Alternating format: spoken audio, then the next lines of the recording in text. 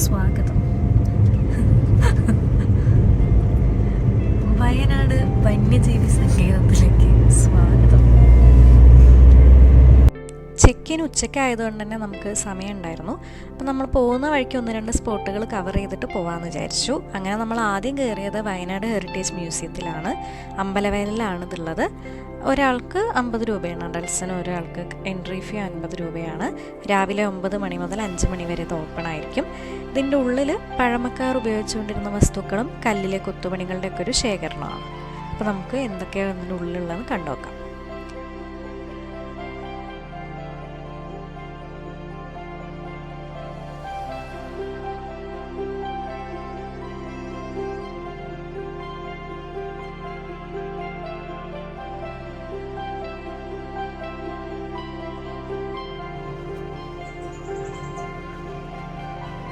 ഗോത്രവർഗ്ഗക്കാർ ഉപയോഗിച്ചുകൊണ്ടിരുന്ന സാധനങ്ങൾ, ഗോത്രസ്മൃതി.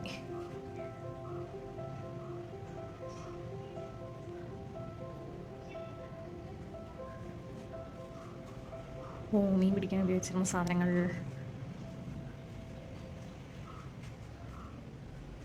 മീൻകൂട്, മീൻകുടങ്ങൾ, മീനുകൾ ഇട്ട് വെക്കാനുള്ളത്, കുട്ടിക്കൊമ്മ, ഗ്രെയിൻസ് സ്റ്റോർ ചെയ്യാനുള്ളത്, ഇത് നിലം ഒഴുകാനുള്ള സാധനം, ഇതും അതന്നെ കുറേ സ്റ്റോർ ചെയ്ത് വെക്കാനുള്ള സാധനങ്ങൾ, ഗ്രെയിൻസൊക്കെ സ്റ്റോർ ചെയ്ത് വെക്കാനുള്ള ഐറ്റംസ്.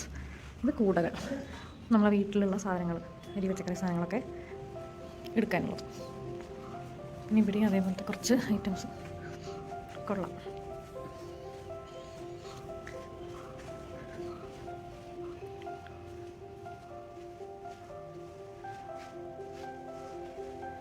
വീരക്കല്ല്, ഹീറോ സ്റ്റോൺ,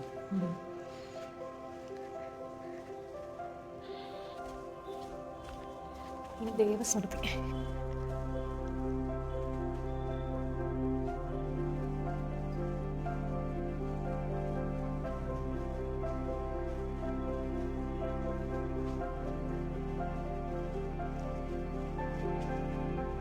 വിഷ്ണു,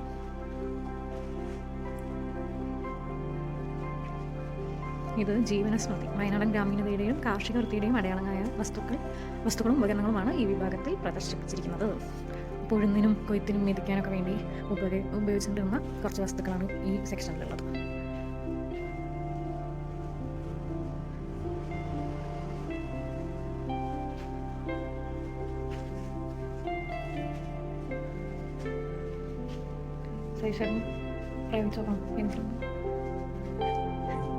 ഉറുമിയോ കത്തി അമ്പുണ്ട്, ഉറുമിണ്ട്, കുന്തമുണ്ട്.